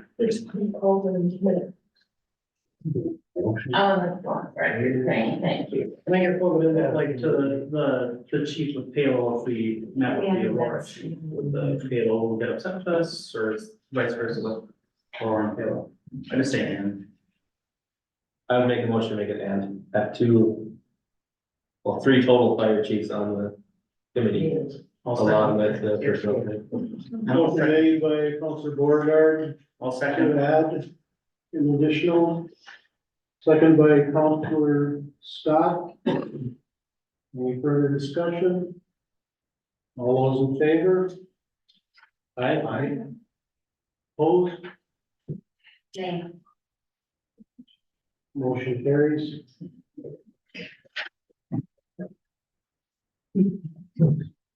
And Tony, you will, pick another, Will just be and. Aurora and payroll Instead of. Yeah, once instead they of. close on the fall. Correct? And posting. Yes, I believe so.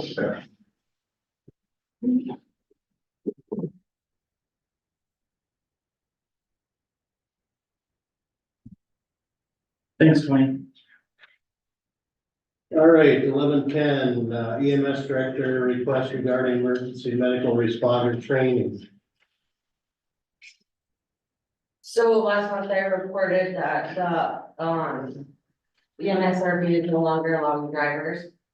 As they were, so in order to drive an ambulance and make it an ALS call, you need a minimum of a EMR, which is an emergency, medical responder, and paramedic, on interfacility transfers or 911. So we have a number of, firefighters that are on service that would still like to drive. So they're interested in taking the, EMR course. Kimming's offering an EMR course right now for $350. It's very minimal time, it's way less than, EMT class. There's no state testing to get a license. Looking back at our runs last year, we used drivers 59 times. I think that's a pretty significant number. I would like to not lose that ability. Say a transfer's down to Duluth, that takes about 3.5 hours. If there's a 911, that's back. I'm filling the hall during the day. And I'm by myself. If one of these firefighters was available, they still couldn't drive because they're not, first responders.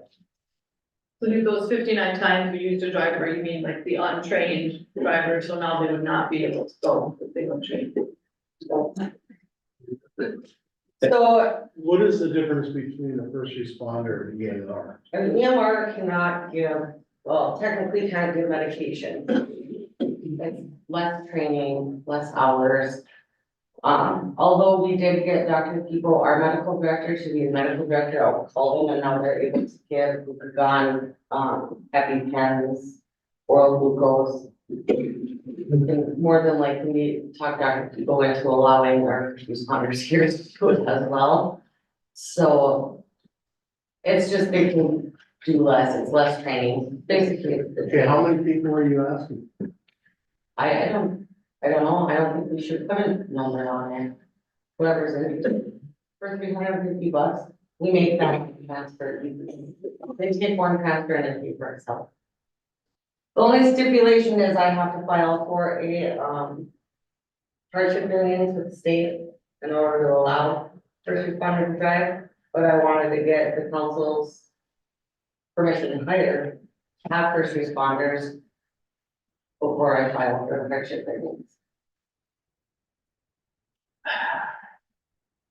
I seem to recall, have you done trainings or refreshers, within the department in the past?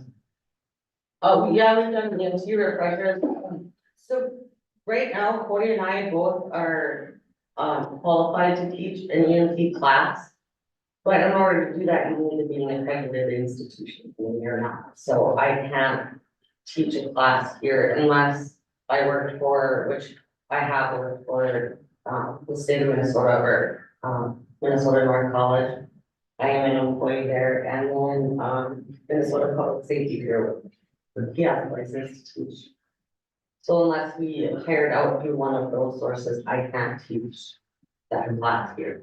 Is it possible to host a class here if we had enough interest and help with? Probably, although I'd have to find out the cost. The one that Higgins offers, they have a scholarship program. If you live in the tax area, it's 50% off the program so for $350, it's a pretty good deal. I don't know if I could get a class taught here with action.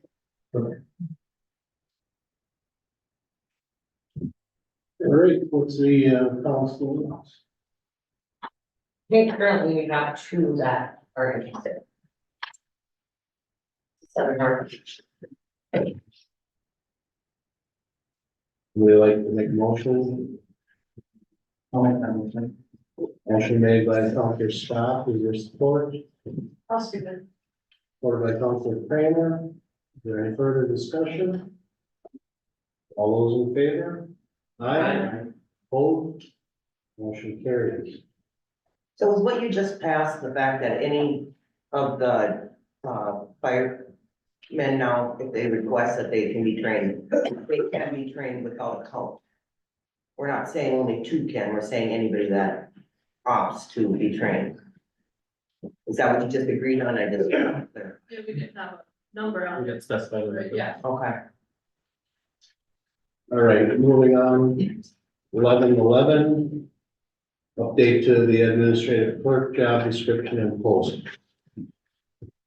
So, prior to me being hired, the admin assistant had left their position. And then as part of my onboarding, it was discussed if we wanted to hire for this position or not. I said to hold off to see exactly where the staffing levels were and what was going on. I think that we were able to keep our head above water. However, with the change to the billing company, we are now processing over double the number of receipts for that. And we are also dealing with significantly more interaction with that company as far as billing goes.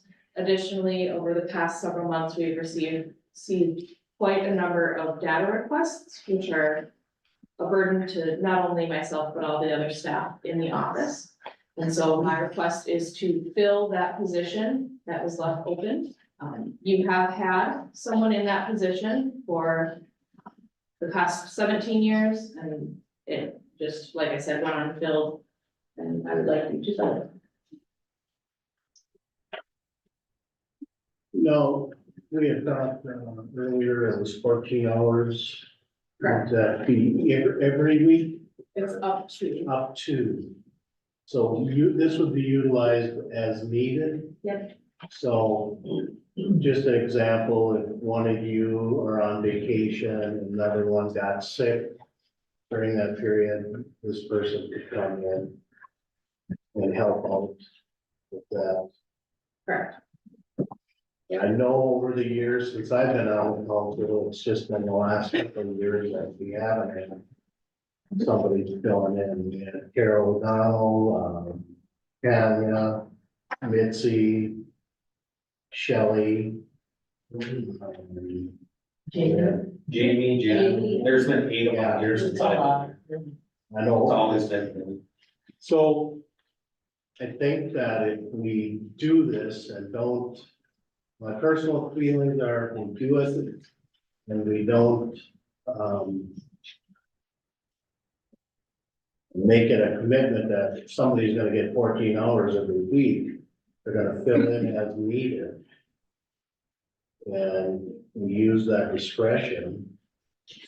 I'd be for it because it's something we've always had and that doesn't change. I mean, I just, went through COVID a couple weeks ago and I was out of work for a week and obviously I had to find somebody to take my place and then, you know, the same thing can happen down here. One of the ladies are on vacation and one of them come down sick and then they're sitting there with one person that's the reason. You guys, I guess this is a part-time position, are you guys gonna utilize like already employees, like part-time ladies that work in the library? Or to fill this position? If they choose to apply. Would that be offered to them first? Before It'll be anybody an else? open post. They have to be an open place. And that was my question, with the 14 hours a week, it's as needed, it's not every week 14 hours. You know, instead of vacation replacement. During a really, you know, if there's a special project going on, it could be, you know, several weeks of 14 hours, you know, or. Or go over and above 14. It could, So if you, for if you vacation see it as needed, then you could go up to 40 hours a week. Right. I think if we say, oh, well, I should need 14 hours, we should keep it at 14 hours, and if it's just as needed, if you set a special project or a vacation replacement. Year-end stuff, maybe if that's something, you know, a project that comes up that needs extra attention. The But if 14 it's hours, up to- 14 hours is a statutory threshold. Yeah, I don't think. Because under the public sector labor law, if they work, more than 14 hours on any sort of a regular basis, then it kicks it over to the government position. So the reason for the 14 hours is a statutory threshold. That's why And we'd want to keep it below that. we keep it up to 14 max. That's why we use the number 14. For context, what does Aurora have staff for their city hall and Wabac, if you know? So Aurora has, 4 less departments and they do not run, fiscal agents for any other entity. And they staff an administrator, accounting clerk, and a deputy clerk, and a part-time assistant like this. So they have a significant lower workload, they have more staff than we have. So would this mean then city hall would be open more than, or city clerk's office be open more than 35.5 hours a week? We would keep our current hours. Our current hours are in operation as it allows staff to get additional work done. That's what it currently does. So then if you hired this person, then you could be open to 40 hours. Okay, correct? That would be up to the council. Has it been a problem? Have we gotten any complaints, phone calls over the last, it's been at least a year? We have been have those hours for significantly longer than a year. We've never received a concern or question about it. Additionally, my staff stay after hours or come in early if someone wants to make an appointment and can't make our current hours. And they're still here working, right? It's not, they still work the 40 hours. It's just the window's not open, correct? Correct. They still, So I do have a question. You said that the call system is creating more work for you. Why are we using that call system? I know I've used it and I don't like it. Not some foreign person that. Oh, you're talking about the billing system. Right. I'm talking about the medical billing system. So the council changed to Transmedic and it's now EMS MC. And so that changed in place on January first of this year, and we do all the financial processing for that, as far as like receipts. That work has overdone since we switched. Giving any more than the bigger building? Right, and that change come? During the presentation, it was presented to the council that we would see a higher return in billings towards insurances, so even though we knew it was gonna be more work for the council, or for the ladies in City Hall, we thought it was maybe worth the additional billing that the generated from the EMS department. And it's helping. Well, it's happening, it's starting. We have not seen an increase in revenue. 86% of our patients are Medicare patients, and those Yeah. payments have always come directly to the city. So we're talking about 14% of our revenues that come in separately. What is that? It's like 69, I did the math. So it's created 69 more bills. That's it. I don't do that counting. Would Mel be able to take that on? Take a look on I offered that. Did you? Mel's not a bonded employee. It should be funded. That would be up to our auditors. That's an option. Oh, she's saving lives, I think. Yeah, I think that's on it. All right, what is the council's? Proclamation. One of the other main reasons for needing this employee is the data request. Looking forward to possible requests for next year. Is it worth, as we go through each month or paperwork, to go through and redact as necessary to keep a second set for when the request comes in, or is that wasted time? That's, yeah, probably. What is the data request? So People can request data under chapter 13 of Minnesota state law. And so as part of that, if it's more than 100 pages, the city council charges per page and per staff time for that data. We have, Can't you do a flash drive? no, the city has to then count each page requested as a data request, provide a detailed estimate to the person requesting the data, they have to pay it, and then we start making copies of that data. We keep all of our data. Flash drive, you wouldn't have to count them because it wouldn't cost you anything to do. We keep all of our data in paper copies, as that is the most efficient for the city. But wasn't it digital at one point before that? No, it all gets printed. But it had to be typed, right? It doesn't get saved ever?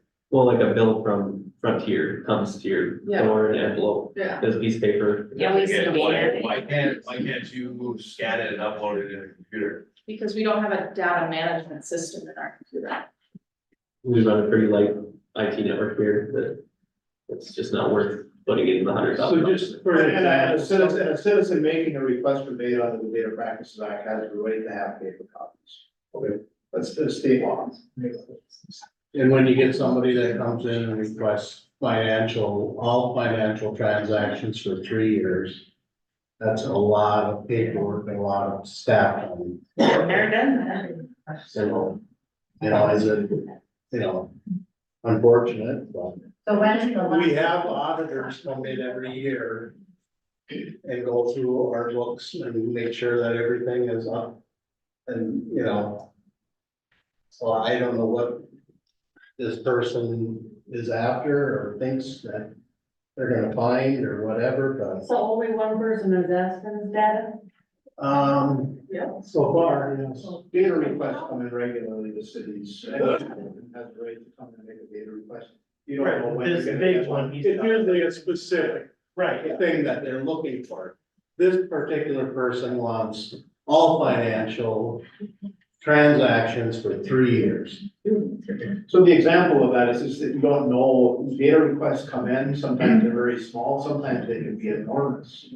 And by state law, you have to process the data request, so it takes a lot of time. I basically are setting them on a copier machine and hitting the button and walking away. But there is requirements yes, we're obligated to provide copies of things, but there's certain items that are protected. Like a social security number or a tax poll. Yes. So all those documents need to be Redacted. redacted and not through individually, and that takes a lot of time to go through all those. So you're saying none of these documents are on backup computer? We keep all of our official documents in paper copies. Oh, That's how the city has operated. oh, Okay. they're all put in the same. Well, okay. And even if they were on a computer, they still have to be, even if they were on a computer, they still have to be printed and provided. And you say the papers are in a safe, but if the building burns down, so they won't get hurt because they're. No, it will not be, because they're involved. Fire. But the audits are, they always. Yeah, We just say a request for the audit would be much simpler. yeah, that's different. Or if they wanted to come down and just look at something. That's Then that totally would different. save them Exactly. all the money. Yep, and those types of things are offered, but you cannot force someone to do that. So the person appeals, they still Oh, right. protect every copy. But it's been a time span that we had one previous. Like 2 years, 4 years, Part-time staff for what? the last part-time person, I mean, like, the last administrator, did they have an assistant, or they did it on their own? Yes, the previous administrator left 2 weeks or so before it started. Yeah. How many hours did the assistant before put in a week compared to the new operating of 14 hours a week? Is that gonna be enough if that person gets behind and they get too jumbled up to do the job? We're not done, your 14 hours are in and. It's case by case basis. Well, it's not. It's 14 hours is the standard work for the person. And that's what the Previous. previous, people had. I'm just wondering. People, this is very common practice to have a part-time person in the office. Yes. Common practice. As long as I can remember, you always had it back up. So, Yeah, and it might take longer at first because they're gonna have to train. Exactly. So, Tammy and Betsy, will appreciate this relief, as will Becky. They can help with all sorts of things, so. Yeah, Believe me, it will benefit the office and the council. this is just an updated job description, right? This is not a new position. That's correct. Just an updated piece of paper, because we haven't hired one since Becky has been with us, is that correct? My understanding? So, yeah, we haven't had one since we've hired Becky to be. And the money's already in your budget? I would have to review, we did not budget for 24 for an assistant, so we'd have to, yeah, look at that. Oh, Budget, but you're, see where we're looking we at have adding money budget to play that will balance it.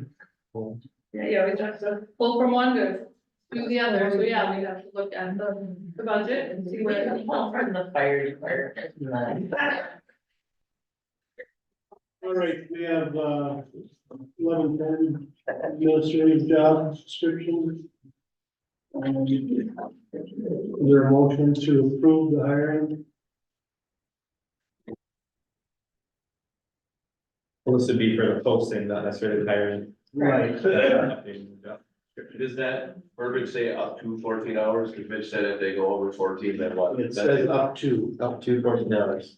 If they average over 14 hours per week throughout It's the an year, average. then it's But he said if you go over 14, then you're part of the. On it's average. regular. on a consistent basis, so it's averaged over the year. Okay. It's like if Betsy's on vacation a week, she could cover for the week or whoever. But then she couldn't work for another Yeah. time after that. Have you all ever considered contacting the business departments over at like at the college to see if they have interns that would like to? We have discussed having a summer employee, like the Public Works Department hires a summer employee. That is something that we've been discussing.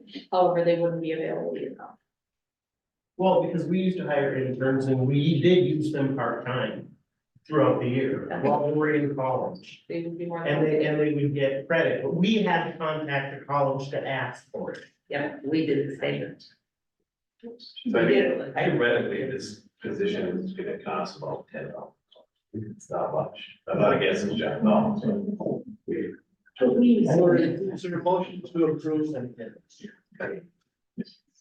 I'll make that motion. Is there support? All sports. Been moved by Mayor Zinn, supported by Council Borgard. All those in favor? Aye. Opposed? Motion carried. Is there a motion to adjourn? I'll make that one.